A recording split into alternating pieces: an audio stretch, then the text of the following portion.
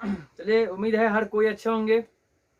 और साथ ही साथ आज आप सबों के लिए, चाहे वह 10th से जुड़े हुए हो, सीटेट से जुड़े हुए हो या 12th से जुड़े हुए हो, और उसमें भी क्या, कौन सा विषय संबंधित, तो विषय संस्कृत से जुड़े हुए। तो आज के दिन चाहे वह लिंग से जुड़े हुए हो, वचन हो से हो या पुरुष से हो, साथ ही कर्ता से, इनसे जुड़े हुए जो भी अभी तक संशय बना हुआ होगा, वो सभी संशय यदि आप इस वीडियो को देख लेते हैं तो आसानी से दूर हो जाएगा। तो इस पर बात करने से पहले हमारे यूट्यूब चैनल यूएस विजडम को यदि आप सब्सक्राइब नहीं किए हैं तो सब्सक्राइब कीजिए, लाइक कीजिए, कमेंट कीजिए और साथ ही साथ अधिक से अधिक लोगों तक शेयर जरूर कीजिए, जिससे कि अधिक से अधिक लोगों तक पहुंच पाए और जो भी उनको ज़रूरत हो उन चीज़ को अपने आप हमारे यूट्यूब चैनल के माध्यम से लेकर के वह 10th 12th और सीटेट इनके अलावा कोई भी एग्जाम हो उनमें अपने आप को सफल हो पाए।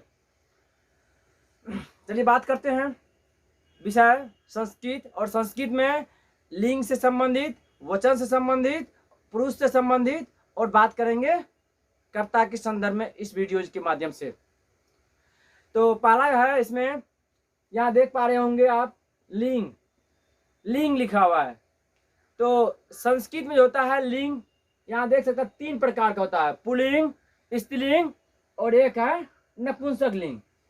संस्कृत में लिंग 3 प्रकार के होते हैं, यानी लिंग के 3 प्रकार अर्थात 3 भेद हैं, पुल्लिंग, स्त्रीलिंग और नपुंसक लिंग।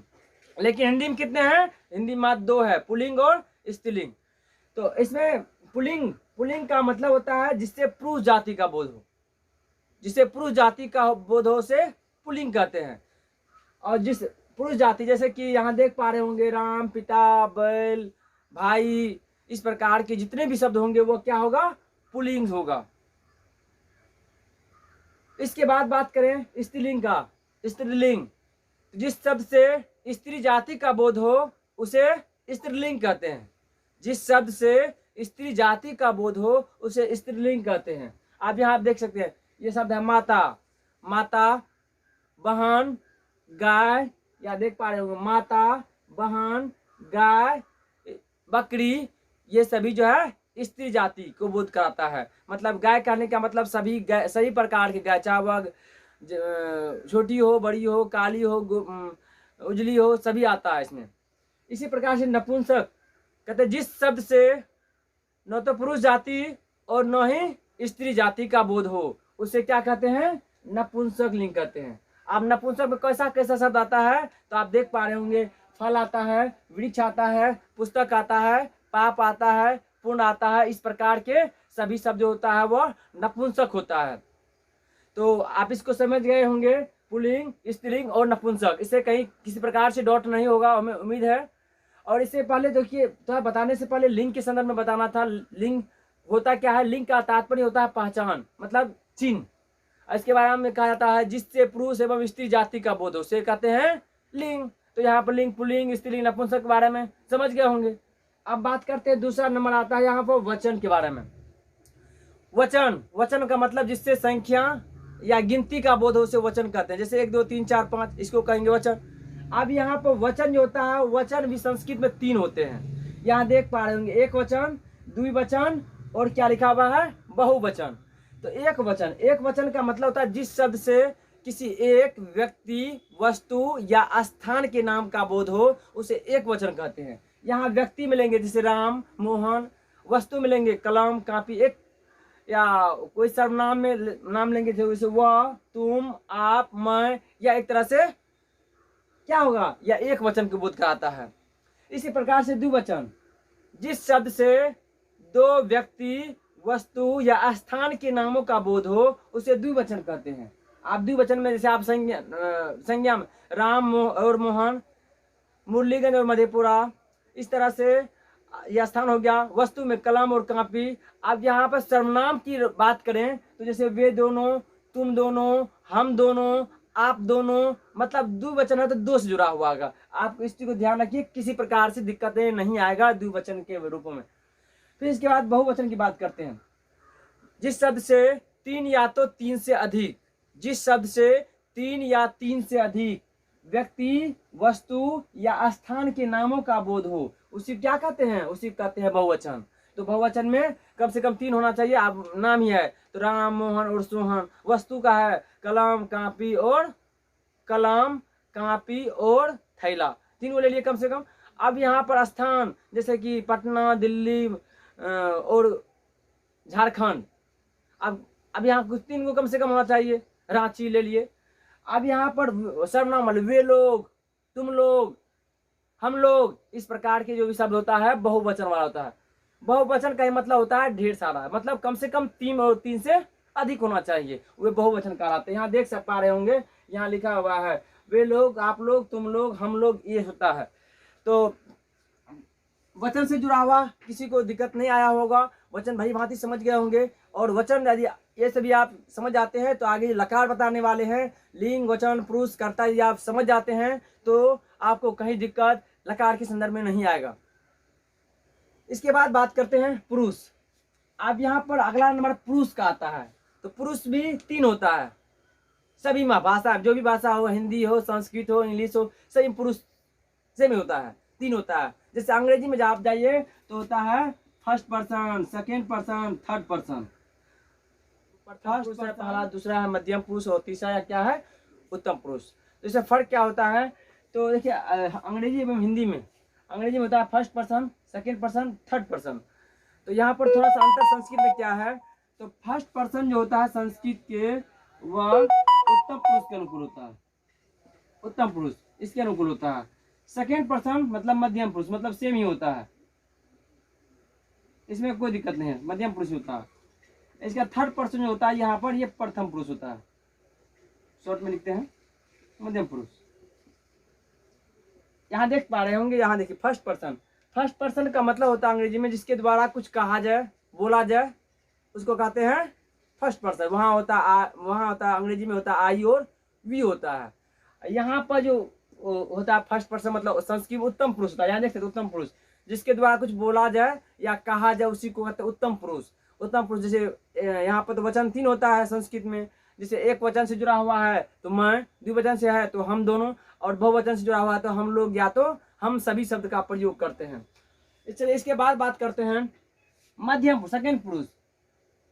सेकेंड पुरुष मतलब सुनने वाले को, संस्कृत में भी कहते हैं मध्यम पुरुष, सुनने वाले को मध्यम पुरुष कहते हैं। जैसे सुनने वाला, एक पर्सन जुड़ा सुनने वाला है तो तुम, यहाँ देख सकते हैं यहाँ पर एक पर्सन तुम, द्विवचन है तो द्विवचन में तुम दोनों, और बहुवचन में है तो तुम लोग या तो तुम सभी कहेंगे मध्यम पुरुष में। इसके बाद थर्ड पर्सन, अंग्रेजी के थर्ड पर्सन जो होता है, अंग्रेजी के थर्ड पर्सन वह संस्कृत के प्रथम पुरुष के अनुकूल होता है। जैसे कि अंग्रेजी थर्ड पर्सन जिसके विषय में बोला जाए उसको थर्ड पर्सन कहते हैं। तो यहाँ पर प्रथम पुरुष वैसे ही होता है जिसके विषय में कहा जाए या बोला जाए, कुछ कहा जाए या बोला जाए उसी को प्रथम पुरुष कहते हैं। तो अंग्रेजी में देखे होंगे होता है ही, सी, इट, नेम, दे, ये होता है। तो यहाँ पर क्या होगा देख सकते हैं, उसी तरह से यहाँ पर वह होता है, वे दोनों होता है, वे लोग होता है। लेकिन यहाँ पर एक चीज थोड़ा सा अंतर है, अंग्रेजी में मध्यम पुरुष में मतलब सेकेंड पर्सन में यू मतलब आप लोग होता है, लेकिन यहाँ आप दोनों, आप लोग जो होता है संस्कृत में वह प्रथम पुरुष मतलब अंग्रेजी के थर्ड पर्सन के अनुरूप होता है। तो इसमें कहीं दिक्कत नहीं आना चाहिए, इस चीज को ध्यान रखिएगा और आसानी से इस चीज को हो जाएगा। अब पुनः एक बार बता रहे हैं, यहाँ प्रथम पुरुष मतलब जिसके विषय में बोला जाए वह, वे दोनों, वे लोग, आप दोनों, आप लोग, या एक नाम से जुड़ा हुआ, 2 नाम से जुड़ा हुआ, 3 या 3 से अधिक नाम से जुड़ा हुआ, चाहे व्यक्ति, वस्तु, स्थान के संदर्भ में हो, इसी में आता है, प्रथम पुरुष के अंतर्गत आता है। सेकेंड पर्सन अर्थात मध्यम पुरुष में आता है सुनने वाला, एक सुन रहा है तो तुम, 2 सुन रहा है तो तुम दोनों, 3 या 3 से अधिक सुन रहा है तो तुम लोग या तो तुम सभी शब्द का प्रयोग करते हैं। इसमें जिसके द्वारा बोला जाए या कहा जाए जिसको वक्ता कहते हैं, इसमें क्या होता है, बोलने वाला एक है तो तुम, मैं, 2 है तो हम दोनों, 3 या 3 से अधिक है तो हम लोग शब्द का प्रयोग करते हैं। तो इस तरह से यहाँ पर पुरुष क्लियर हो गया होगा। मतलब यहाँ पहला लिंग, यहाँ देख पा रहे होंगे पहला लिंग था, दूसरा वचन और तीसरा यहाँ पर पुरुष। इस प्रकार से आप इस चीज को जान लेते हैं तो कहीं किसी प्रकार से दिक्कत नहीं होगा। और हम बात करते हैं अब चलिए बात करते हैं कर्ता के संदर्भ में। लिंग हो गया, वचन हो गया, पुरुष हो गया। अब बात करते हैं कर्ता के संदर्भ में। कर्ता, यहाँ देख पा रहे होंगे कर्ता। कर्ता के मतलब जो काम करे उसे कर्ता कहते हैं, सिंपल सा।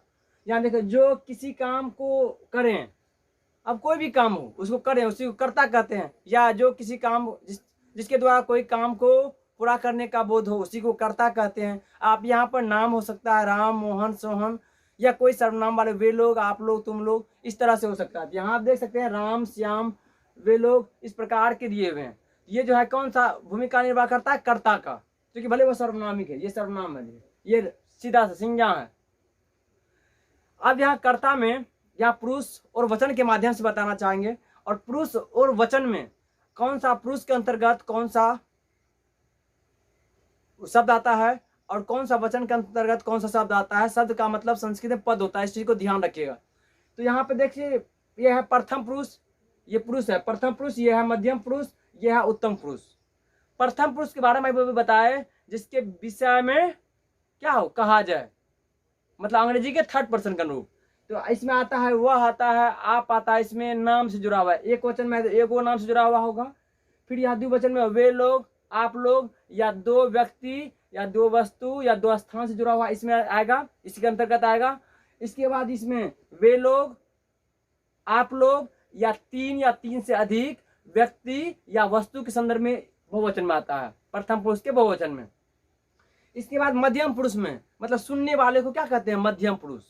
बीच वाले तो देखे होंगे, मतलब एक होता है बोलने वाला, दूसरा जो सुनने वाला, तो तीसरे बारे में सुनता है तो वही क्या करता है? झगड़ा लगाता है, होता है अक्सर, ये होता है। तो सुनने वाला, तो एक आदमी सुन रहा है तुम, एक वचन के अंतर्गत, दो आदमी सुन रहा है द्विवचन के अंतर्गत तुम दोनों, और तीन से अधिक है तो क्या कहेंगे? तुम लोग या तो तुम सभी कहेंगे, तुम लोग या तो तुम सभी।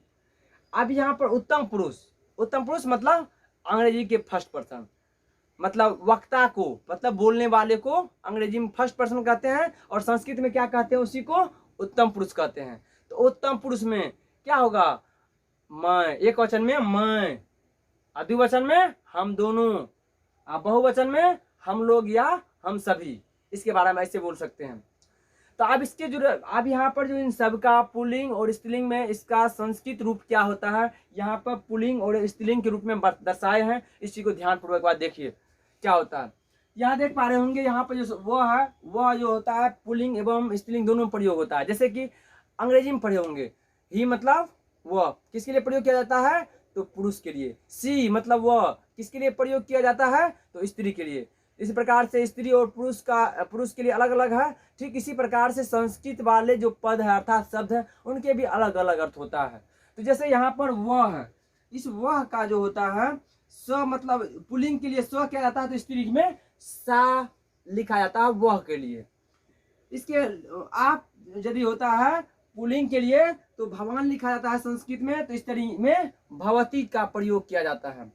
इसके बाद तो मतलब होता है वे दोनों, द्विवचन से जुड़ा हुआ होता है वे दोनों, तो पुल्लिंग के लिए प्रयोग किया जाता है, और स्त्री के लिए क्या प्रयोग किया जाता है? तो ते प्रयोग किया जाता है। यहाँ देख पा रहे होंगे। इसी प्रकार से यहाँ पर ये जहां तक आ गया वे दोनों। अब यहाँ आप दोनों देखिए, इसके बारे में आप दोनों का अंग्रेजी संस्कृत होता है भवंतो मतलब आप दोनों। देख रहे हैं, स्त्री में होता है भवत्यो, पुल्लिंग में भवंतो, स्त्री में भवत्यो। अब यहाँ तीन व्यक्ति, वस्तु या स्थान से जुड़ा हुआ जो होगा उसको तो जैसा है उनको वैसे लिखना है। लेकिन यहाँ पर जो सर्वनाम वाले रूप है पुल्लिंग और स्त्रीलिंग में कैसा होता है संस्कृत में, इसको ध्यान रखना पहले। वे लोग होता है बहुवचन में, तो पुल्लिंग में ते लिखा जाता है और स्त्री में क्या लिखा जाता है? यहाँ देख पा रहे होंगे ता लिखा जाता है, ता। स्त्री में ता लिखा जाता है। आप लोग, ये आप लोग लिखा हुआ है, आप लोग का पुल्लिंग में क्या होता है? यहाँ देख पा रहे होंगे भवंत, आप लोग। स्त्री में क्या होता है? भवत्यो मतलब आप लोग स्त्री में। अब यहाँ देख रहे पा रहे होंगे नाम मतलब तीन या तीन से अधिक व्यक्ति का हो, वस्तु का हो या स्थान से जुड़े हुए नाम होंगे, ये नाम है। इसके बाद अब ये तो प्रथम पुरुष से एक वचन, द्विवचन, बहुवचन का यहाँ देख पा रहे हो। यहाँ पर ये एक वचन से जुड़ा हुआ था, यहाँ ये द्विवचन से जुड़ा हुआ था, ये यहाँ पर बहुवचन से जुड़ा हुआ। यहाँ देख सकते हैं पुल्लिंग स्त्रीलिंग के रूप को दिखा दिए हैं। इनके बाद अब बात करते हैं मध्यम पुरुष में जो है उनका संस्कृत रूप। आप देखिए तुम है, तुम लिखा हुआ, तुम का जो संस्कृत में पुल्लिंग में होता है त्वम ही होता है। तुम का संस्कृत पुल्लिंग में भी त्वम ही होता है और स्त्री में भी त्वम ही होता है। अब इस प्रकार से तुम दोनों का पुल्लिंग में देख सकते हैं, तुम दोनों का क्या होता है, तो युवाम होता है और स्त्री में भी युवाम ही होता है। यहाँ कोई परिवर्तन नहीं हो रहा है। फिर तुम लोग या तुम सभी का युयम होता है संस्कृत में पुल्लिंग में और स्त्री में भी युयम ही होता है। मतलब ये मध्यम पुरुष का एक वचन द्विवचन बहुवचन में पुल्लिंग का जैसा रूप है वैसा ही स्त्री में भी है, इसमें कहीं किसी प्रकार से परिवर्तन नहीं है। इसके बाद बात करते हैं उत्तम पुरुष के बारे में। उत्तम पुरुष मतलब वक्ता, मतलब बोलने वाले के विषय में। तो एक बोलने वाला होता है तो मैं, तो यहाँ देख सकते हैं मैं के लिए संस्कृत में अहम होता है। अहम ऐसे भी लिखा जाता है हो पर अंशवार, ये जो होता है म का वचन कहलाता है, अर्ध म, इसको आधा म मतलब हलंत के साथ अहम पढ़ाता है। या तो ऐसे लिखिए या तो ऐसे। ये पुल्लिंग में अहम ऐसा प्रयोग किया जाता है, स्त्री में भी वैसा ही, मतलब पुल्लिंग और स्त्रीलिंग में दोनों में समान ही है, कोई किसी प्रकार से अंतर नहीं है। इसके बाद हम दोनों के लिए आवाम, आवाम शब्द का प्रयोग किया जाता है पुल्लिंग में, और स्त्री में भी क्या प्रयोग किया जाता है, आवाम ही प्रयोग किया जाता है। इसके बाद हम लोग या हम सभी, हम लोग या हम सभी शब्दों के लिए पुल्लिंग में वयम शब्द का प्रयोग किया जाता है और स्त्री में भी वयम किया जाता है।